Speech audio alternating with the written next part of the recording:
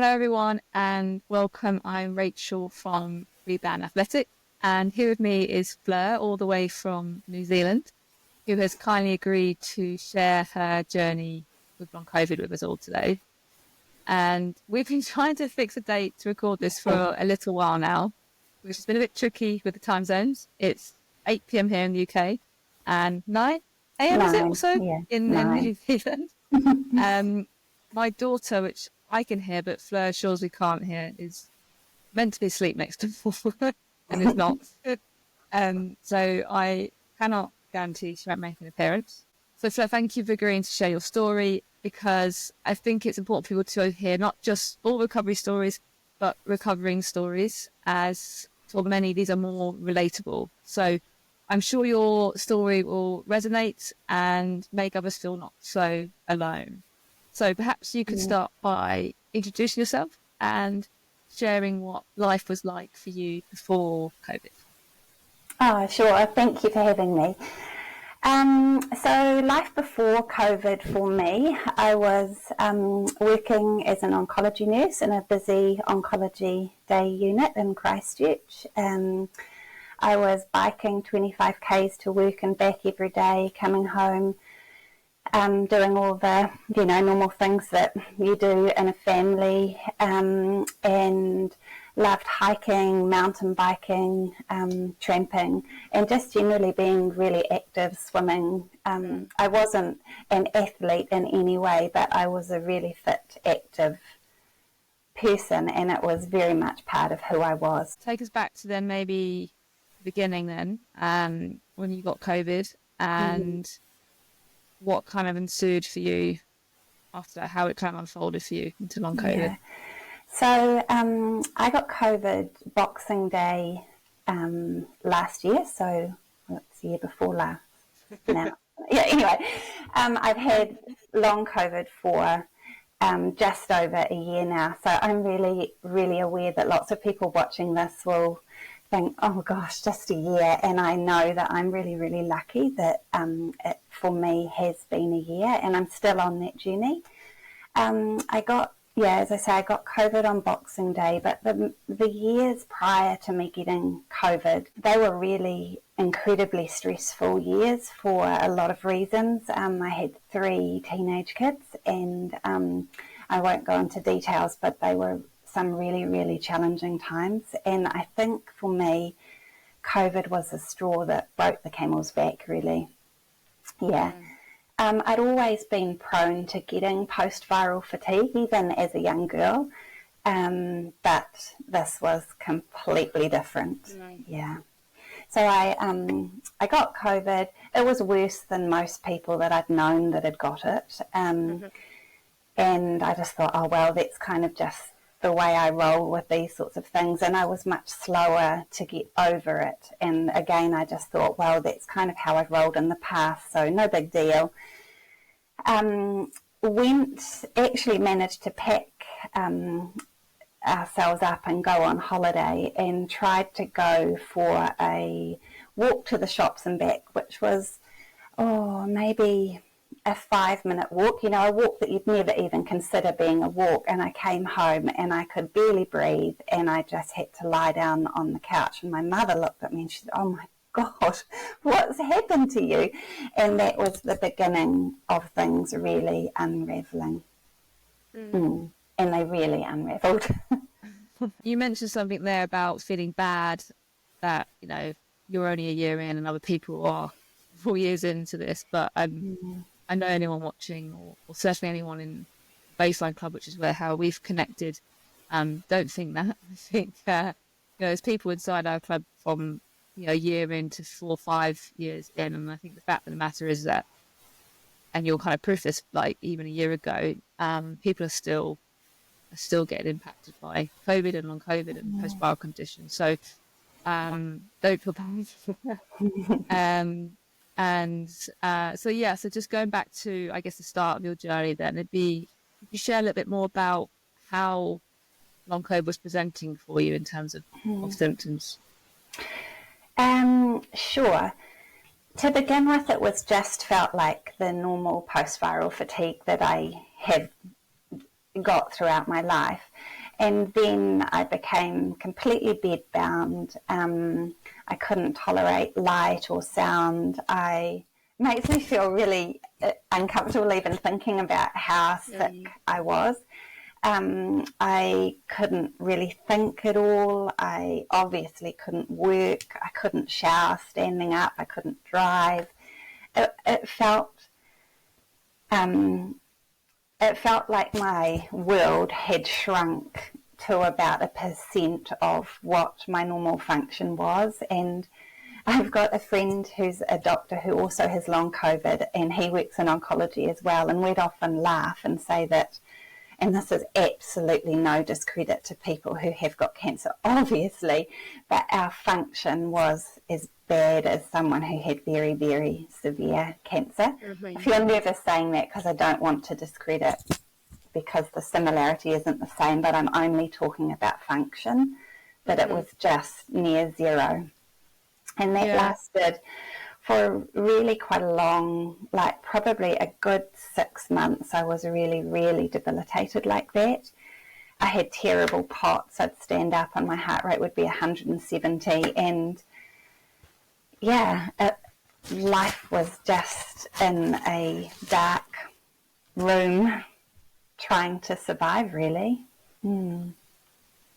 Yeah, and I'm sure many people can relate. And I've always struggled to articulate what it was like, and I think you've done a pretty good job there.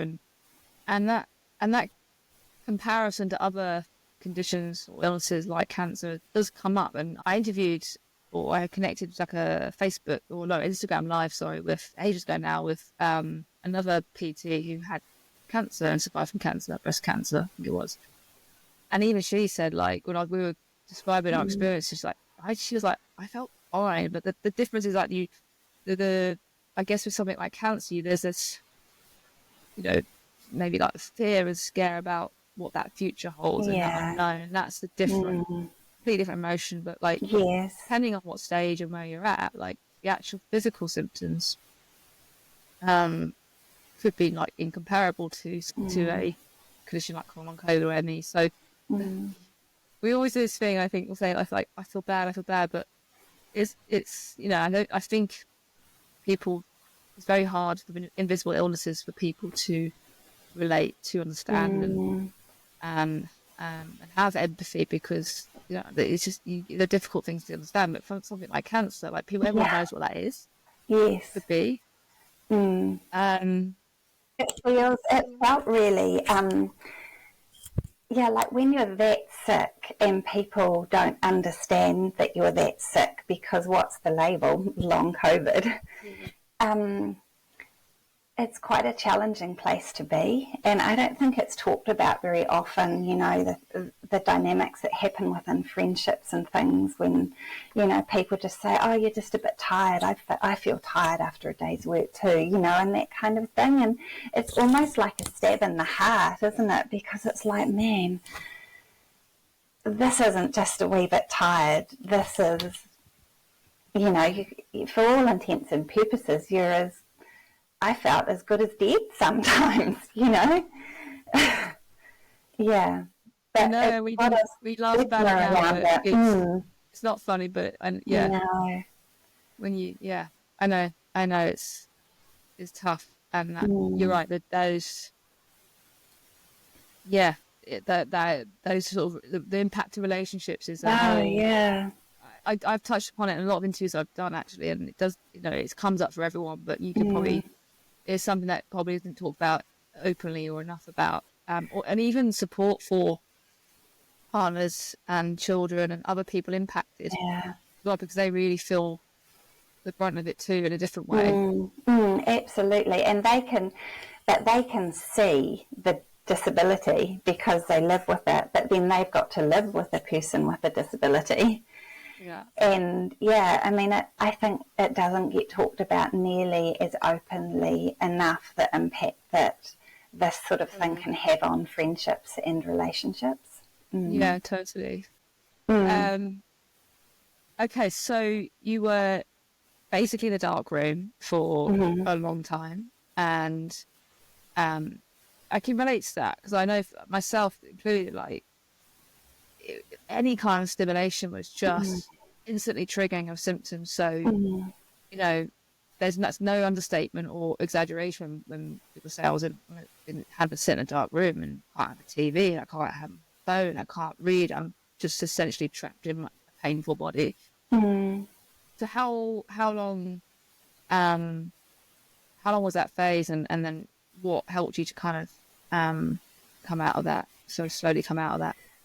So I would say that was for about 6 months, but sometimes during that period of time, I'd have periods where I'd be able to get up and I'd make a dinner and I'd maybe walk to the letterbox, or I'd drive to the beach, which is only 2 minutes walk from my house, but I'd drive to the beach, walk up one set of steps and then just sit on a bench seat. So there'd be moments where I'd think, oh my goodness, I think I'm improving. And of course I wasn't able to work. So I'd ring my manager at those stages and say, I think I'm getting better.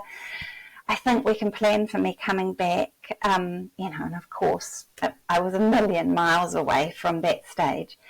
And then I don't know what would happen, but I'd just slide back down again. So it was a really unpredictable road, and it wasn't till probably about 8 months that I thought, gosh, I'm really consistently getting better. The terrible neurological symptoms were abating. I could start doing simple things like I could watch a TV show, or I could read a chapter of a book, or I could drive for 10 or 15 minutes. Just those little things started to happen. And then the first time I noticed that I was really starting to improve, I think I messaged you actually, because I'd started Baseline Club at half the exercises of level 1. And I think I messaged you and said, should I still go for a walk as well as do the exercises? And you said, yes, absolutely, still go for a walk. And I did, which felt quite risky because I thought, oh gosh, be careful. But from that point, I noticed I was able to walk faster and longer, because before I just walked like a snail, Every step felt like lead. But then I was like, oh gosh, look at this. I'm walking more normally. Yeah, brilliant. And just to pick up on something you said there, just for the benefit of those watching. So the sort of principle, one of the principles inside the Baseline Club, which Fleur was referring to there, which is essentially a gentle movement program, but there's a whole formula that we follow in order to avoid overexerting and pushing you into that kind of crash state or triggering any kind of symptom kickback. And the idea is that the reason I said to Fleur, no, go for a walk, is because when people join, or at whatever point what they join, I'd say to them, whatever the activity levels at the moment, we want to keep that. So that could be household chores, it could be general walks, whatever that level is, we keep that. And then the deliberate light strength work we're doing is like in addition to that, but it's at such a low level, especially to start with, that it shouldn't take you over, even though you're maintaining other physical activities. So Fleur started at a very low level, was able to build confidence in her tolerance whilst maintaining what she was already doing, and very, very incrementally then build up the deliberate strength exercises, so that she bit by bit sort of had drip effect of like building extra resilience. Just so in case anyone watching thinking, as a responsible, just go for a walk and do awesome stuff.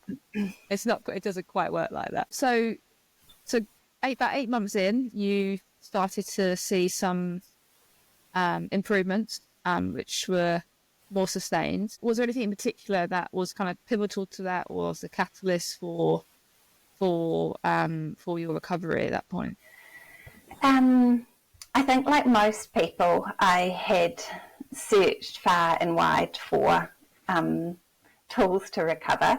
I started with mind body principles really early on, and I think that they prevented me from getting worse and also helped me get better, but it was nothing like a magic bullet. Like some interviews you see and people are like, oh my gosh, I did the mind body exercises and within a week I was climbing a mountain. It really was nothing like that for me. I think they stopped me getting worse and they definitely helped me to get better more quickly, but how much I don't know. And I'd tried hyperbaric oxygen and spent hundreds of dollars at, natural therapies. And so I tried everything. And one of the things that really made me rest and relax was telling myself that I wasn't going to keep searching for the magic, really. And that really gave me a lot of peace. I literally stopped searching. And it was about 6 or 7 months in that I went, maybe 8 months in, that I went to my GP and, I was making progress, but nothing like I would like to have been. And my GP suggested that some people that he had been looking after were having some success with no-dose naltrexone. And, I want to be really clear that I know for lots of people this doesn't work at all. Like many things, different things work for different people. For me, I think I've been one of the really lucky ones where low-dose naltrexone, I feel, has made a really big difference to my recovery. I'll never be able to say by what percentage, but for me, I felt like it did. And also, a really big part was joining baseline, just giving myself the confidence that if I can do this little bit, then I can keep growing. And that's what happened. I got confidence at half the level of the baseline level, and then I increased by a couple of exercises. And now I'm doing 2 sets of the level 3, which for those in the club will know what it means, but for those outside, it feels like really huge progress. Yeah, and now I'm at the point where I can, my muscles hurt, but I don't get that dreadful fatigue. It's just like, oh, yahoo, I've got muscles again, And so that has been huge for my confidence, really. And also to be able to actually see, goodness, I started way down here, and I can see how much I've built, and that's been really a confidence booster as well. Yeah, amazing. Because you've been, I think, 5-6 months inside the club. I think it was I think I was one of your first members. Yeah, so I launched the Baseline Club in August. Yes, so August. And I won't talk too much about the pros because if anyone is interested, I'll drop links in the show notes. But you mentioned you had not got to the rebound one yet, so I got a 90-day rebound method, which is as a full reconditioning program, which was how Rebound Athletic was first came to life. For those that sort of really at the tail end of recovery, have already built up exercise tolerance and really want to kind of ready to build up their strength in a progressive way. But the Baseline Club is sort of for those that are still recovering at various different stages of recovery, and we tailor the program according to that.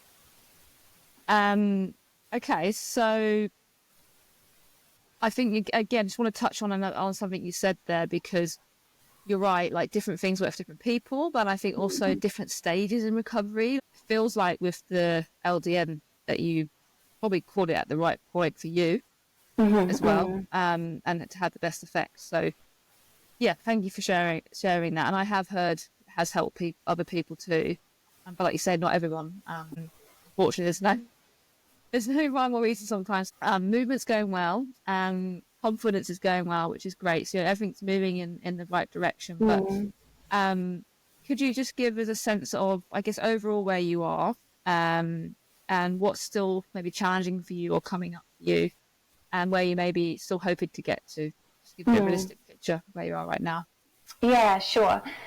So I would say where I am now is that I went for a really great 4-hour hike the other week, and I mean it was uphill for 2 hours, and Wow. I mean it was absolutely mind-blowingly amazing, and I almost cried when I got to the top. So that was when I was on holiday. So physically, when I'm just relaxing, I can do quite a lot, and I didn't get PEM at all. When I come back to having all the responsibilities of home and just the challenges of life actually, and it feels like my ability to add in exercise then becomes an added almost luxury from a physical feeling actually, that the energy just isn't there yet to do all of life and exercise as well. And so when I was sick, I had to resign from my job, but they kept a casual position open. So next week I'm going back for two 4-hour days, and the following week 2 5-hour days, and then increasing. So I'm both really, really excited about that, and I'm also feeling I am feeling a little bit worried about how it's all going to fit together in terms of energy.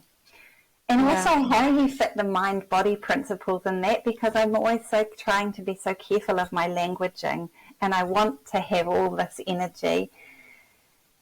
And sometimes it doesn't, the words don't match up with the feelings.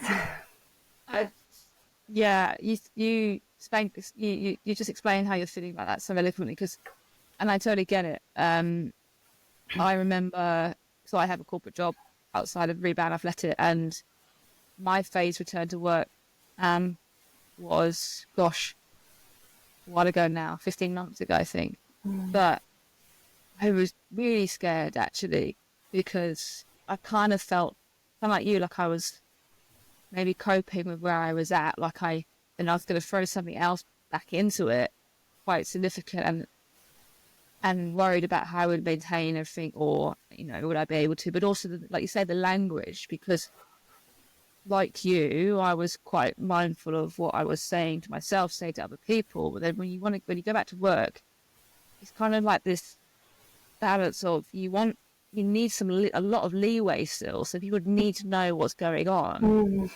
Equally, you don't want to be negative, or you want to. It's a difficult one. What I would say is that the anticipation of that experience for me was worse than reality. People they were very understanding, or they just don't care, because people are so wrapped up in their own worlds. They're not actually thinking about you and your illness or your return to work, or caring so much. So, I would say try not to worry about what other people might be thinking, and just be you and continue to how you want to be, and how you want to frame things. That's going to help you best. But that's super exciting, right? That's real progress. Great. I mean, you've come a long way in the last few months. Obviously, you've managed to increase your movement. You're getting back to some work, a phase return, which is amazing.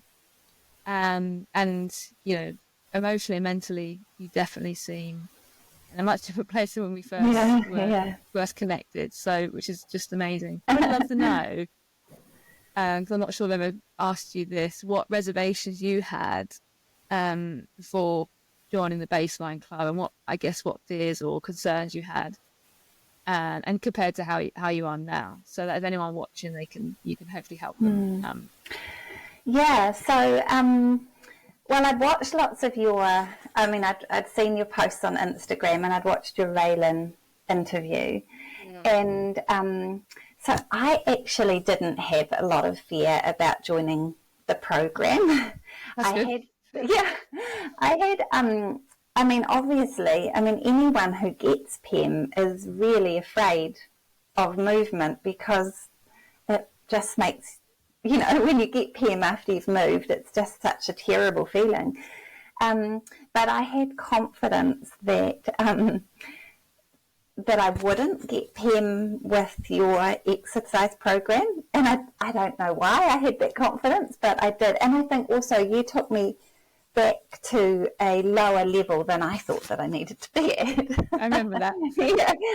And then we have that level. So I never ever got any kickback from your program. And I think you slowed me down when I wanted to speed up. And that also gave me confidence that, okay, I'll just go with the process. You've done it before. If you've done it, I can do it. I'll copy what you've done. And yeah, I mean,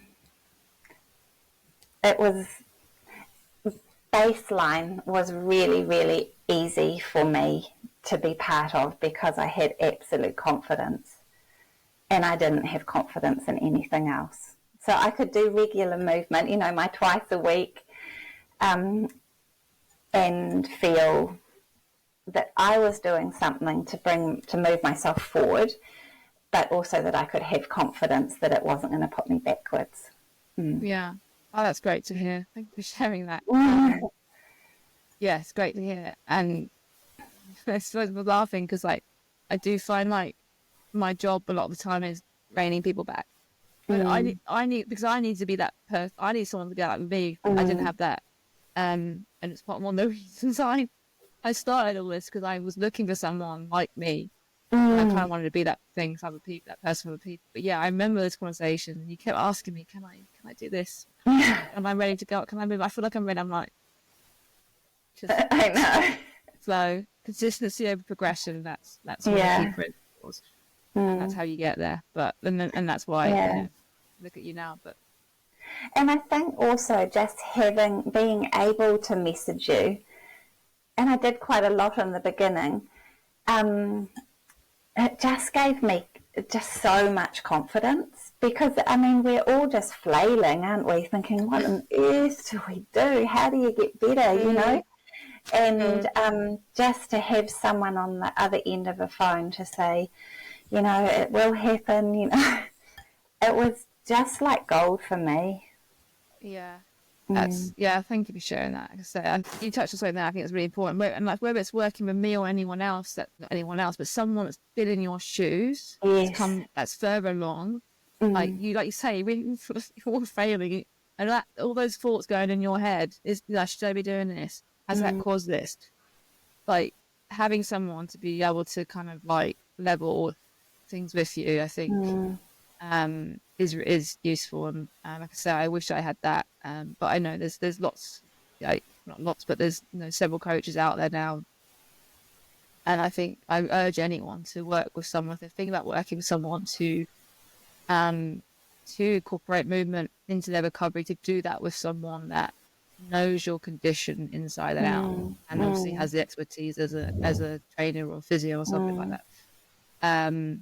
Because also that you talk about confidence a lot, but I think when you've gone through something like this and the PEM and the fear, like just like trusting the person that you work with, that just helps as well. Fear response, I think.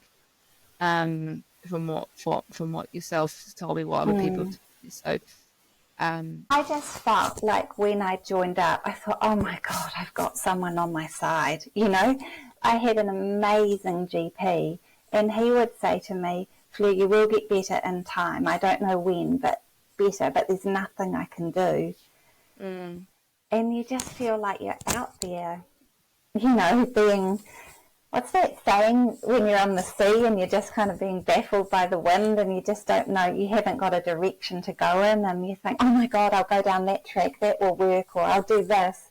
And it's exhausting. But when I joined the program, it was like, okay, just settle down and do the work. Yeah, good.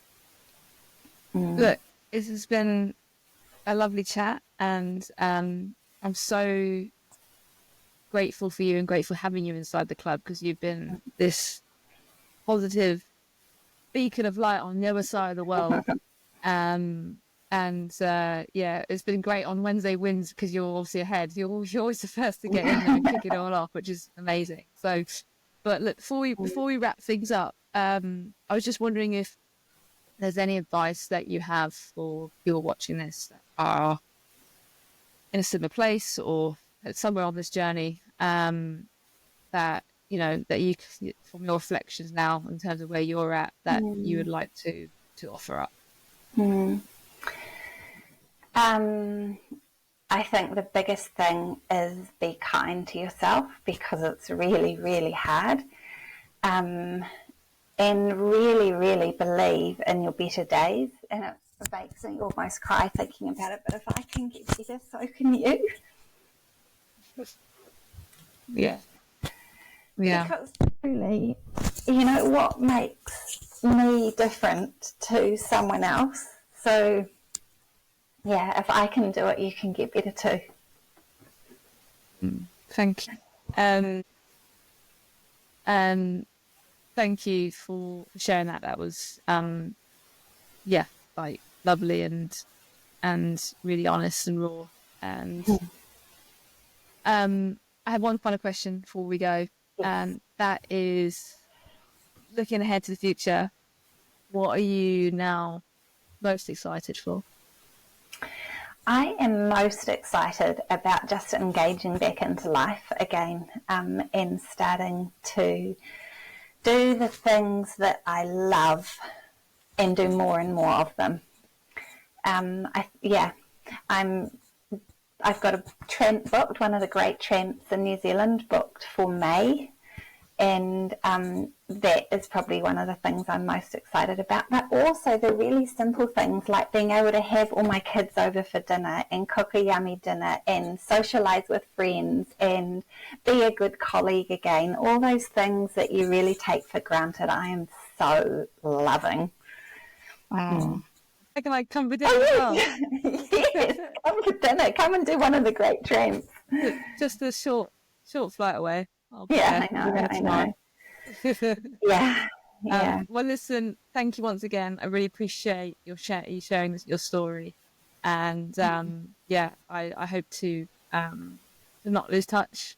So I know that you're kind of coming to the end of your baseline journey, which is fantastic, and I love that because, like, yes, the job's done. But let's stay connected, and yeah, I love to hear how you're getting on.